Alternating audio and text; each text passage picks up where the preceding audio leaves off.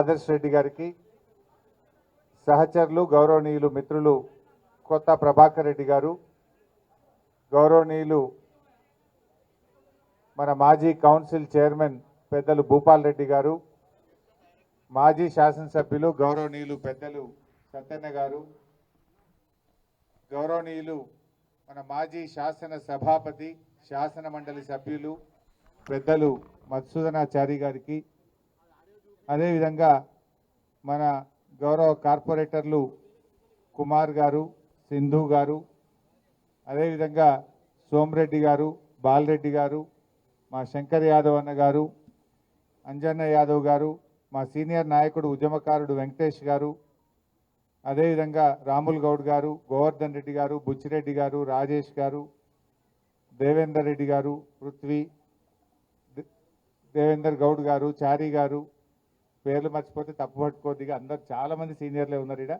గౌరవ సర్పంచులు, ఎంపీటీసీలు, మండల పార్టీ అధ్యక్షులు, గ్రామశాఖ అధ్యక్షులు, మా మహిళా నాయకురాళ్ళు, అదేవిధంగా విద్యార్థి నాయకులు, పార్టీ ఉద్యమకారులు, సీనియర్ నాయకులు, రాజేశ్వరన్న గారు పెద్దలు, మాజీ సర్పంచ్ గారు, గౌరవ జర్నలిస్టులు అందరికీ నా హృదయపూర్వక నమస్కారాలు.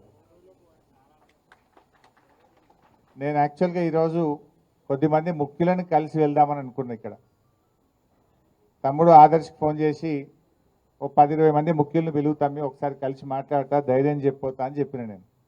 కానీ ఇక్కడ చూస్తూ ఉంటే చాలా ఉత్సాహంగా ఇంత పెద్ద ఎత్తున కార్యకర్తలు వచ్చిందంటే మేమంతా కేసీఆర్ వెంట ఉంటాం, పార్టీ వెంట ఉంటామని చెప్పి ఇంత పెద్ద ఎత్తున వచ్చినటువంటి పార్టీ నాయకులందరికీ నేను శిరస్సు వంచి నమస్కారం తెలియజేస్తా ఉన్నా. అంటే ఒకటే విషయం ఇవాళ మనం అందరం కూడా ఆలోచించాలి. 2001లో కేసీఆర్ గారు తెలంగాణ ఉద్యమాన్ని ప్రారంభించినప్పుడు కూడా పిడికడి మందితోనే ప్రారంభమైంది. ఆ రోజు చాలామంది ఇది వస్తుందా తెలంగాణ అనుకున్నారు. కానీ కేసీఆర్ గారు పోరాటం చేసి 14 ఏళ్ళు శ్రమించి తెలంగాణ రాష్ట్రాన్ని సాధించారు. ఆ ప్రక్రియలో కూడా ఇలాంటి కుట్రలు జరిగినాయి.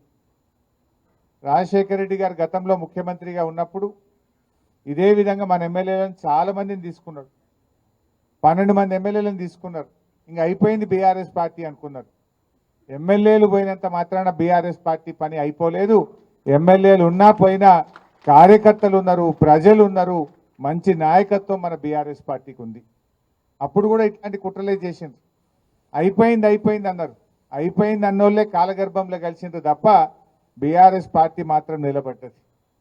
ఇట్లా చాలా కుట్రలు, చాలా ప్రయత్నాలు జరిగినాయి.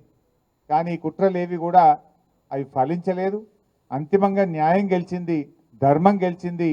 బీఆర్ఎస్ పార్టీ అద్భుతమైనటువంటి పాలనను తెలంగాణ ప్రజలకు అందించింది. ఇవాళ రాష్ట్ర ప్రజలందరూ కూడా చూస్తూ ఉన్నారు, రాష్ట్రంలో ఏం జరుగుతుందో కూడా చూస్తూ ఉన్నారు. ప్రజలందరూ కూడా ఇలా కేసీఆర్ గారి పాలనను ఇప్పటి ప్రభుత్వ పాలనను కంపేర్ చేసుకుంటున్నారు. నాడెట్లుండే నేడెట్లున్నది అనేది ఇలా ప్రజల వాళ్ళ ఆలోచనలో కనబడతా ఉంది మనకు. బట్ ఏదైనా ఇలా ఆలోచించండి, మైపాల్ రెడ్డి గారికి పార్టీ ఏం తక్కువ చేసింది?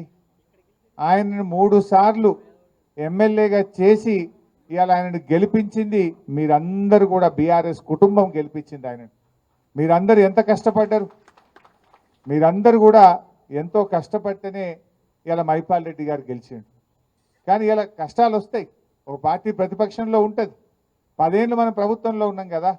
10 ఏళ్ళు ప్రభుత్వంలో ఉన్నప్పుడు మరి ఎన్నో కార్యక్రమాలు చేసినాం. నిజానికి పటాన్ చెరువుకు ఏది చేయలేదో చెప్పండి. ఏది అడిగితే అది పటాన్ చెరువుకు అడగడమే తడువుగా జీవోలు తెచ్చిచ్చినాం. పటాన్ చెరువుకు కొత్త మండలాలు కానీ, మన మున్సిపాలిటీలు కానీ, త్రాగునీరు కానీ, రహదారులు కానీ, అండర్ గ్రౌండ్ డ్రైనేజ్ కానీ, మార్కెట్లు కానీ, స్టేడియంలు కానీ, కాలేజీలు కానీ ఎన్నో రకాలుగా పటాన్ చెరువుకు నిధుల వరద ఒక ప్రవాహంలాగా అందించాం. బట్ అయినా ఎమ్మెల్యే గారు ఎందుకు పోయిండో నాకైతే అర్థమవుతలేదు. నేను ఇవాళ మీకు చెప్పేది ఒకటే, గూడెం పోయినా గుండె ధైర్యాన్ని మీరు కోల్పోకండి, మేమున్నాం మీకు. గూడెం పోయినంత మాత్రాన్ని ఎవరు గుండె ధైర్యం కోల్పోవాల్సిన అవసరం లేదు. బీఆర్ఎస్ పార్టీ మీకు అండగా మేమందరం కూడా మిమ్మల్ని కాపాడుకుంటాం. ఎవరైతే ఎమ్మెల్యేలు ఇలా పార్టీ మారినరో వాళ్ళు మాజీలు అయ్యేదాకా నిద్రపోయేది లేదు, వాళ్ళని వదిలిపెట్టేది లేదు. ఇలా ఖచ్చితంగా వాళ్ళు ఏదో రోజు మాజీ కావాల్సిందే, వాళ్ళని మాజీ చేసేది ఖాయం. ఆయనకు మనసు ఎట్లా వచ్చింది మైపాల్ రెడ్డికి? అరే నేను 3 సార్లు ఎమ్మెల్యేగా టికెట్ ఇచ్చి నిన్ను గెలిపించి ఇంత గౌరవిస్తే పార్టీ మారడానికి మైపాల్ రెడ్డికి మనసు ఎట్లా వచ్చిందని నేను అడుగుతా ఉన్నా. ఇది న్యాయమా అని నేను అడుగుతా ఉన్నా. ఇది నీకు తగునా అని నేను అడుగుతా ఉన్నా. ఒక తల్లిలాగా పార్టీ నిన్ను దగ్గర తీసుకున్నది. ఆనాడు వైసీపీలో నీకు అవకాశం రాక ఇబ్బంది పడితే గుండెకు హత్తుకొని నిన్ను టికెట్ ఇచ్చి గల్లీ గల్లీ తిరిగి ఇవాళ గెలిపించుకొని కాపాడుకున్నది బీఆర్ఎస్ పార్టీ. నీకు ఎట్లా మనసు వచ్చిందని నేను అడుగుతా ఉన్నా. అయినా వ్యక్తులు కాదు ముఖ్యం, పార్టీకి సిద్ధాంతం ముఖ్యం, కార్యకర్తలు ముఖ్యం, మీలాంటి నాయకులు ముఖ్యం. మీకు ఏ ఆపద వచ్చినా, అర్ధరాత్రి ఆపద వచ్చినా నేను మీకు అండగా ఉంటా, ప్రభాకర్ అన్న మీకు అండగా ఉంటాడు.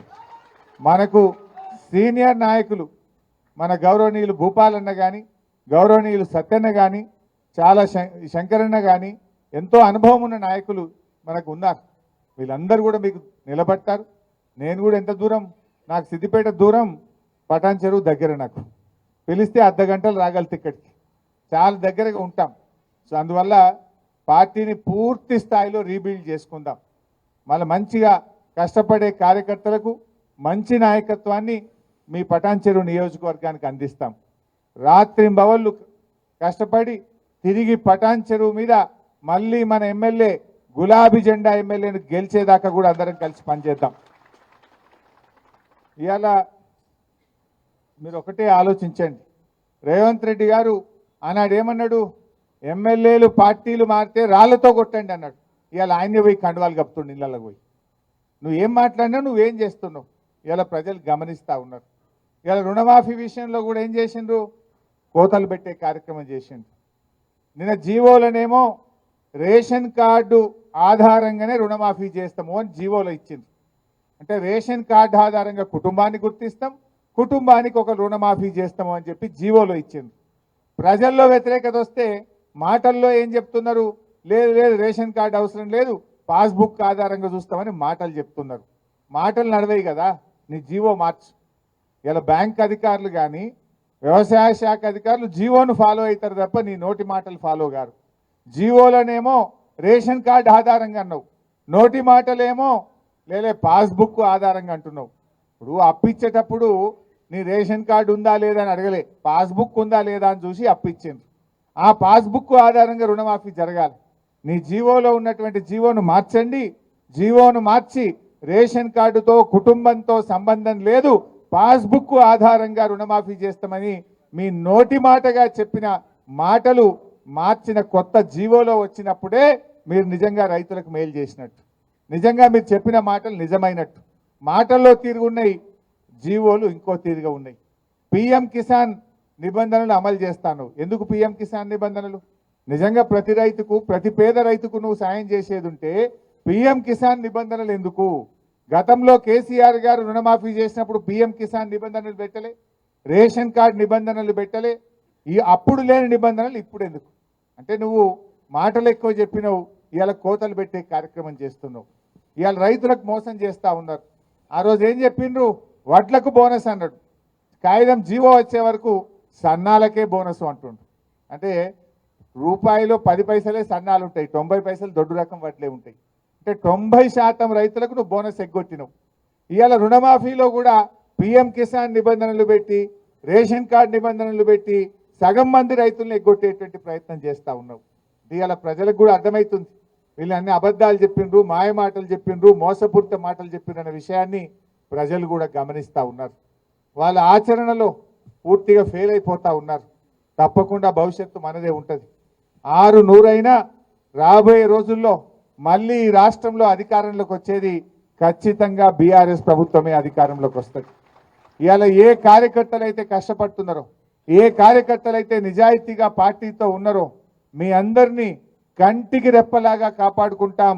మీ అందరికీ మంచి గౌరవం దొరికే విధంగా నేను బాధ్యత తీసుకుంటా ఈ పటాన్ చెరువు నియోజకవర్గంలో మనవి చేస్తా ఉన్నా. మీరు ధైర్యంగా ఉండండి. రేపు స్థానిక సంస్థల ఎన్నికలు వచ్చినా, రేపు కౌన్సిలర్లు కానీ, సర్పంచులు కానీ, ఎంపీటీసీలు కానీ, కార్పొరేటర్లు కానీ ఏ ఎన్నిక వచ్చినా మా కార్యకర్తలకు అండగా ఉండి గెలిపించుకునే బాధ్యత నాది అని చెప్పి కూడా నేను కార్యకర్తలకు మనవి చేస్తా ఉన్నా. So be strong. ఖచ్చితంగా మీరు పార్టీతో ఉండండి. ఇవాళ మన చరిత్ర కూడా చూస్తే కాంగ్రెస్ పార్టీ ఎక్కడ కూడా 5 ఏళ్ల తర్వాత తిరిగి అధికారంలోకి రాలే. అది రాజస్థాన్ అయినా, ఛత్తీస్గఢ్ అయినా, మధ్యప్రదేశ్ అయినా, ఏ రాష్ట్రంలోనైనా వన్ టైమే మలతాపకు పోతుంది. అది రెండోసారి అధికారంలోకి రాలే ఈ దేశంలో, ఒక్కసారే వస్తుంది కాంగ్రెస్ పార్టీ. అందువల్ల ఈ టర్మ్ కాగానే మళ్ళీ వచ్చేది ఖచ్చితంగా బీఆర్ఎస్ గవర్నమెంటే. కానేబట్టే ఏడాది దగ్గర రానేబట్టే 8 నెలలు అయ్యేపాయి. కష్టపడదాం, రేపు స్థానిక సంస్థలోకి వెళ్తాం. కానీ భవిష్యత్తులో కూడా ఎట్టి పరిస్థితుల్లో పార్టీగా మనం ఏమైందంటే వాస్తవానికి ఎంతసేపు డెవలప్మెంట్ మీదనే పనిచేసినాం. 10 ఏళ్ళు ప్రభుత్వంలో మంచినీళ్ళు ఎట్లా ఇవ్వాలి, కరెంట్ ఎట్లా ఇవ్వాలి, రోడ్లు ఎట్లా ఇవ్వాలి, కాలేజీలు ఎట్లా కట్టాలి, స్కూళ్ళు ఎట్లా కట్టాలి, పేదలకు 2000 ఆసరా పెన్షన్ ఎట్లా ఇవ్వాలి, కళ్యాణ లక్ష్మి ఎట్లా ఇవ్వాలి, కేసీఆర్ కిట్ ఎట్లా ఇవ్వాలి, దవాఖాన్లు ఎట్లా కట్టాలి, చైర్మన్ అమ్మకు కూర్చి దవాఖాన్లు ఎట్లా కట్టాలని మనం ఆలోచన చేసినాం. కానీ కొన్ని చిన్న పొరపాట్లు జరిగినాయి. ఇంకా కొద్దిగా కార్యకర్తల గురించి ఆలోచించేది ఉండే, కార్యకర్తల సంక్షేమం గురించి పార్టీ దృష్టి పెట్టేది ఉండే. తప్పకుండా రాబోయే రోజుల్లో కార్యకర్తల సంక్షేమం మీద, నాయకత్వం మీద ప్రత్యేకమైన దృష్టి పెడతాం. ఈ కష్టమైన క్లిష్టమైన సమయంలో పార్టీకి అండగా నిలబడ్డ కార్యకర్తల్ని తప్పకుండా మిమ్మల్ని పువ్వుల్లో పెట్టి కాపాడుకుంటాం. రేపు ఏ అవకాశాలు వచ్చినా మీకే అందిస్తాం. మీ ద్వారానే రేపు పార్టీ ప్రభుత్వం కూడా రాబోయే రోజుల్లో నడుస్తుంది. ఇవాళ ఇది కొద్ది సమయం మాత్రమే. మనము కొద్ది రోజులైతే కాంగ్రెస్ వాళ్ళు ఊర్లలో తిరగని పరిస్థితి వస్తుంది. తులం బంగారం ఇవ్వకపోతే అక్కజేళ్ళలు ఇడిచిపెట్టారా? మహిళలకు 2500 ఇవ్వకపోతే అక్కజేళ్ళలు ఇడిచిపెట్టారా? ఎన్ని చెప్పారు మీరు? ఏడైనాయి? ఇలా 6 గ్యారంటీల్లో ఒక్కటన్నా అయిందా? 6 గ్యారంటీల్లో ఎన్ని చెప్పిండ్రు? 4000 పింఛన్ అవ్వాతాతలకు ఇస్తామన్నారు, వచ్చిందా? రాలే. 2500 మహిళలకు వచ్చిందా? రాలే. అదేవిధంగా రైతు భరోసా 7500 ఇస్తామన్నారు, వచ్చిందా? రాలే. పేదలకు 5 లక్షలు ఇచ్చి ఇండ్లు ఇస్తాం ప్రతి ఒక్కరికన్నారు, వచ్చిందా? ఒక్కరికన్నా ఇండ్లు రాలే. విద్యార్థులకు 5 లక్షల భరోసా కార్డు అన్నారు, వచ్చిందా? ఆడపిల్లలకు స్కూటీలు అన్నారు, వచ్చిందా? తులం బంగారం వచ్చిందా? ఏది రాలే. రేపు ఎన్ని రోజులు నడుపుతారు? మా అంటే 6 నెలలు, ఏడాది గడుపుతారు. ఏడాది తర్వాత జనం విడిచిపెడతారా? ఏ ముఖం పెట్టుకుని ప్రజలకు వస్తారు? మీరు ఇచ్చిన హామీ ఒక్కటన్నా సరిగ్గా అమలు చేసిండ్రా? ఏ ఒక్కటి జరిగింది? బస్సు తప్ప అంత తుస్సే. ఆ బస్సులు అన్ని లొలులే. అది తప్ప మీరు చేసింది ఏంటని నేను అడుగుతా ఉన్నా. ఇలా ప్రజలు గమనిస్తూ ఉన్నారు. ఆ కళ్యాణ లక్ష్మి చెక్కులు కూడా 7 నెలలు రాక, గ్రామ పంచాయతీలో పనిచేసే పారిశుద్ధ్య కార్మికులకు 8 నెలలు జీతాలు రాక పరిశాన్ అవుతున్నారు వాళ్ళంతా. 7 నెలల నుంచి కళ్యాణ లక్ష్మి చెక్కులు, ఈ గవర్నమెంట్ వచ్చినప్పటి నుంచి చెక్కులు రాని పరిస్థితి, ఇలా ఆగిపోయినటువంటి పరిస్థితి కనబడుతుంది. స్కూళ్ళల్లో మధ్యాహ్న భోజన కార్మికులకు 8 నెలలకెళ్ళి బిల్లులు రానటువంటి పరిస్థితి ఉంది. పరిపాలన అంతా స్తంభించిపోయింది, అస్తవ్యస్తంగా ఉన్నటువంటి పరిస్థితి ఉంది. ప్రజలు ఒక్కొక్కటిగా గమనిస్తూ ఉన్నారు. ఏడాది 2 ఏళ్ల వరకు పాలేందో నీళ్ళేందో తేలుతుంది. సో అప్పుడు డెఫినెట్గా ప్రజలు మళ్ళీ చూసేది అవి స్థానిక సంస్థల ఎన్నికలైనా, భవిష్యత్తులో అసెంబ్లీ ఎన్నికలైనా తప్పక మళ్ళీ టీఆర్ఎస్ పార్టీకి ప్రజలు బ్రహ్మరథం కడతారు. ఈ 6-7 నెలలు ఏడాది మనం కొంచెం గట్టిగా పనిచేసుకుంటే తప్పకుండా రాబోయే రోజుల్లో భవిష్యత్తు మనకే ఉంటుంది. అందువల్ల ఈ పటాన్ చెరువు నాయకులకు, కార్యకర్తలకు నేను మీకు ఇచ్చే ధైర్యం ఒక్కటే, ఎమ్మెల్యే గారు పోయినంత మాత్రాన పార్టీ పోదు, భవిష్యత్తు మీదే. మళ్ళీ పటాన్ చెరువు మీద ఎగిరే జెండా గులాబీ జెండనే. మంచి నాయకత్వం ఉంది, మంచి కార్యకర్తలు ఉన్నారు ఇవాళ. ఎందుకంటే ఆనాటి కాంగ్రెస్ పాలనలో ఇదే పటాన్ చెరువులో పరిశ్రమలకు వారానికి 2 రోజులు పవర్ హాలిడే. కేసీఆర్ వచ్చినాకనే పవర్ హాలిడే పోయింది. 24 గంటల కరెంటు పరిశ్రమలకు ఇచ్చినాం, రైతులకు ఇచ్చినాం, గృహ అవసరాలకు ఇచ్చినాం. ఇవాళ ఏం జరుగుతుందో కూడా ప్రజలు గమనిస్తూ ఉన్నారు. సో అన్ని విషయాలు కూడా ప్రజలు చూస్తారు. కొద్దిగా టైం, ఓ ఏడాది 2 ఏళ్ళు అయితే పాలేందో నీళ్ళేందో తెలుస్తుంది. ప్రజలకు మంచి చెడు ప్రజలే గుర్తిస్తారు. మన మంచితనాన్ని, మన పనితనాన్ని ప్రజలు తప్పకుండా గుర్తిస్తారు. మనం ప్రజల్లో వెళ్దాం, ప్రజల పక్షాన ఉందాం, ప్రతిపక్షంగా ఈ ప్రభుత్వాన్ని నిలదీద్దాం, ప్రతిపక్షంగా ఈ ప్రభుత్వం చేసే తప్పుల మీద పోరాడదాం. రేపు రాబోయే అసెంబ్లీ సమావేశాల్లో కూడా బ్రహ్మాండంగా గట్టిగా మేము పోరాటం చేస్తాం. ఎమ్మెల్యేలు ఎవరైతే పార్టీ మారినరో దీని మీద సుప్రీంకోర్టుకు కూడా పోతున్నాం. త్వరలోనే సుప్రీంకోర్టుకి వెళ్ళి ఆర్డర్ తెస్తాం. మళ్ళీ ఈ రాష్ట్రంలో బై ఎలక్షన్లు వస్తాయి. తప్పకుండా పార్టీ మారిన నియోజకవర్గాల్లో ఉప ఎన్నిక వస్తుంది. దానికి మనందరం కూడా తయారు కావాల్సిందే. ఒక నెల అటో ఇటో ఉప ఎన్నిక తప్పదు. పార్టీ మారిన చోట సుప్రీంకోర్టులో రాజ్యాంగ ధర్మాసనం యొక్క తీర్పు ఉన్నది. 3 నెలల్లోగా స్పీకర్ నిర్ణయం తీసుకోవాలని. ఇప్పటికే మనం హైకోర్టులో కేసు వేసినాం. త్వరలోనే సుప్రీంకోర్టుకు పోతా ఉన్నాం. సుప్రీంకోర్టు నుంచి ఆర్డర్ తెస్తాం. వీళ్ళందరినీ డిస్క్వాలిఫై చేపించి ఈ రాష్ట్రంలో పార్టీ మారిన నియోజకవర్గాల్లో ఉప ఎన్నికలు తథ్యం. దానికి కూడా మనం ప్రిపేర్ కావాల్సిందే ఇప్పటి నుంచి అని చెప్పి కూడా మనం చేస్తూ ఉన్నాం. అందువల్ల మంచిగా గట్టిగా ధైర్యంగా ఉండండి. ఎలాంటి అనుమానాలు అక్కర్లేదు. పార్టీ మీకు అండగా ఉంటుంది, భవిష్యత్తు ఉంటుంది. మీరు గౌరవ కార్పొరేటర్లు, మున్సిపల్ చైర్మన్లు, పార్టీ చాలామంది ఉద్యమకారులు, సీనియర్ నాయకులు, కోఆపరేటివ్ చైర్మన్లు, సర్పంచులు, ఎంపీటీసీలు ఎంతోమంది నాకు కనబడతా ఉన్నారు. త్వరలో నేను మళ్ళీ టైం ఇస్తా. యాక్చువల్గా నేను ఇది నిన్న సాయంత్రం చెప్పి ఇవాళ వచ్చిన, నేను టైం ఇవ్వలే. నేను ఆదర్శ వచ్చి ఇంటికి వచ్చిపోతా, ఛాయ్ తాగుతా, ఒక 10-20 మంది ముఖ్యులను పిలువు తమ్మి అన్న. కానీ చూస్తే మీరు దాదాపు 1000 మంది వచ్చేసింది. మరి ఇంకా మిగతా వాళ్ళు మాకు చెప్పలేదని గిట్ట నారాజుగా ఇక్కిరి. దయచేసి ఇది అనుకోకుండా జరిగిన సమావేశం. మళ్ళీ మనం ఒక వారం 10 రోజుల్లో మంచి ఒక హాల్ తీసుకొని విస్తృత స్థాయి కార్యకర్తల సమావేశం స్వచ్ఛందంగా వచ్చింది. ఇదంతా స్వచ్ఛందంగా మీకు మీరుగానే నేను వస్తున్నాను తెలిసి వచ్చిందట.